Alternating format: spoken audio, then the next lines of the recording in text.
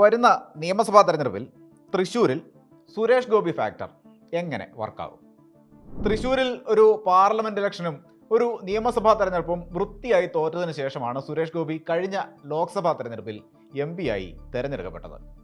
തൃശ്ശൂർ എടുക്കുന്നതിന് വേണ്ടി സുരേഷ് ഗോപി നടത്തിയ പരിശ്രമങ്ങൾ ഒടുവിൽ ഫലം കാണുകയായിരുന്നു എന്ന് വേണമെങ്കിൽ പറയാം. MP-യും കേന്ദ്രമന്ത്രിയുമായതിനു ശേഷം സുരേഷ് ഗോപി ചെയ്ത കാര്യങ്ങൾ വരാൻ പോകുന്ന തെരഞ്ഞെടുപ്പിനെ സ്വാധീനിക്കാൻ ഇടയുണ്ടോ? അതാണ് ചോദ്യം. കഴിഞ്ഞുപോയ തദ്ദേശ തെരഞ്ഞെടുപ്പ് നമുക്കൊന്ന് നോക്കാം. അതിൽ ഈ പറയുന്ന സുരേഷ് ഗോപി ഫാക്ടർ അത്രയ്ക്ക് അങ്ങോട്ട് വർക്കായില്ല. തൃശ്ശൂർ കോർപ്പറേഷനിൽ UDF ആണ് ഭരണം പിടിച്ചത്. ഭരിച്ചുകൊണ്ടിരുന്ന ഇടതുപക്ഷം 24 സീറ്റിൽ നിന്ന് 11 സീറ്റുകളിലേക്ക് ഒതുങ്ങിയപ്പോൾ UDF 5-ൽ നിന്ന് 33-ലേക്ക് വളർന്നു. കോർപ്പറേഷനിൽ 6 സീറ്റിൽ മാത്രം ഉണ്ടായിരുന്ന NDA 8-ലേക്ക് വളർന്നിട്ടുണ്ട്. മോശം പറയാൻ പറ്റില്ല. ജില്ലാ പഞ്ചായത്തിൽ LDF തുടരുകയാണ്. മുനിസിപ്പാലിറ്റികളിലും ബ്ലോക്ക് പഞ്ചായത്തുകളിലും ഇടതുപക്ഷത്തിന് ചെറിയ ക്ഷീണമൊക്കെ ഉണ്ടായെങ്കിലും രണ്ട് മുന്നണികളെയും തൃശ്ശൂരുകാർ ഉപേക്ഷിച്ചിട്ടില്ല. ജില്ലയിലെ മറ്റത്തൂർ പഞ്ചായത്തിലാണ് BJP കോൺഗ്രസ് അംഗങ്ങളെ സ്വാധീനിച്ച് ഒരു കളി കളിച്ച് നോക്കിയത്. അതിൻ്റെ ഓളം ഇതുവരെ അടങ്ങിയിട്ടില്ല. അതായത് സുരേഷ് ഗോപിയെ വിജയിപ്പിച്ചപ്പോൾ BJPക്ക് അനുകൂലമായി ഉണ്ടായ ഒരു വികാരം തദ്ദേശ തെരഞ്ഞെടുപ്പിൽ ഉണ്ടായില്ല. ആദ്യം 2 തെരഞ്ഞെടുപ്പുകളിൽ തോറ്റതിനും ജയിച്ചതിനും ഇടയിലുള്ള ഇടവേളയിൽ തൃശ്ശൂർ എടുക്കുന്നതിന് വേണ്ടി സുരേഷ് ഗോപി ചെയ്യാത്തതായി ഒന്നുമില്ല. വീട് തിരുവനന്തപുരത്തായിരുന്നെങ്കിലും അദ്ദേഹം തൃശ്ശൂരിലുണ്ടായിരുന്നു. വിഷു കൈനീട്ടം കൊടുക്കുന്നത് മുതൽ ചാരിറ്റി പരിപാടികൾ വരെ നേരിട്ടങ്ങ് നടത്തി.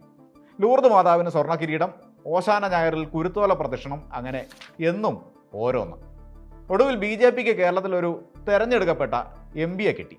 വെറും MP ആയല്ല, കേന്ദ്ര സഹമന്ത്രിയാക്കി 3ാം മോദി സർക്കാർ അദ്ദേഹത്തെ വാഴ്ത്തി. വെറും തൃശ്ശൂർ MP അല്ലാത്ത കേരളത്തിൻ്റെ കേന്ദ്രമന്ത്രിയായ സുരേഷ് ഗോപി പിന്നെ കലുങ്ക് സദസ്സുകളും കാപ്പികുടി സദസ്സുകളും സംഘടിപ്പിച്ചുകൊണ്ട് വാർത്തകൾ സൃഷ്ടിച്ചുകൊണ്ടിരുന്നു. എയിംസ് വരുമെന്ന് ഉറപ്പിച്ചു പറഞ്ഞു. സാധാരണക്കാരുടെ അപേക്ഷകൾ സ്വീകരിക്കേണ്ട MP അത് വാങ്ങാൻ കൂട്ടാക്കാത്തത് വാർത്തയായി. മൊത്തത്തിൽ എന്ത് പറഞ്ഞാലും എന്ത് ചെയ്താലും വിവാദം എന്ന അവസ്ഥ. ചെയ്യുന്നതെല്ലാം സിനിമാ സ്റ്റൈലിലായതുകൊണ്ട് അതിനെ എതിർക്കുന്നവരും കൈയടിക്കുന്നവരും ഉണ്ടായി. 2 പക്ഷം ഉണ്ടാകുമല്ലോ എവിടെയും. ഇവിടെ കൈയടിക്കാൻ BJPക്കാർ മാത്രമേ ഉണ്ടായിരുന്നുള്ളൂ. അവരിലും സുരേഷേട്ടൻ ചെയ്യുന്നത് ഇച്ചിരി കൂടുതലല്ലേ എന്ന് ഉള്ളിലെങ്കിലും തോന്നലുള്ളവരുണ്ടായിരുന്നു. എയിംസ് വരുമെന്ന് 1-2 വേദികളിലല്ല സുരേഷ് ഗോപി വിളിച്ചു പറഞ്ഞത്. പല നിലവാരത്തിൽ അത് പറഞ്ഞു വന്നതാണ് അതിൻ്റെ ഒരു പ്രത്യേകത. ഒടുവിൽ കേന്ദ്ര ബജറ്റ് വന്നു. എയിംസ് കിട്ടിയില്ലെന്ന് മാത്രമല്ല, കുറച്ച് ദിവസത്തേക്ക് സുരേഷ് ഗോപിക്ക് പ്രതികരിക്കാൻ പോലും കഴിഞ്ഞില്ല. പറഞ്ഞു വന്നത് സുരേഷ് ഗോപി എങ്ങനെ നിയമസഭാ തെരഞ്ഞെടുപ്പിൽ സ്വാധീനമായി മാറും എന്ന ചോദ്യത്തെക്കുറിച്ചാണ്. അതിപ്പോൾ തദ്ദേശ തെരഞ്ഞെടുപ്പിലെ ട്രെൻഡും കേന്ദ്ര ബജറ്റും ഒക്കെ വെച്ച് നോക്കുമ്പോൾ അത് എങ്ങനെ വേണമെന്ന് തൃശ്ശൂരുകാർ നേരത്തെ തന്നെ തീരുമാനിച്ച ലക്ഷണമാണ് കാണുന്നത്.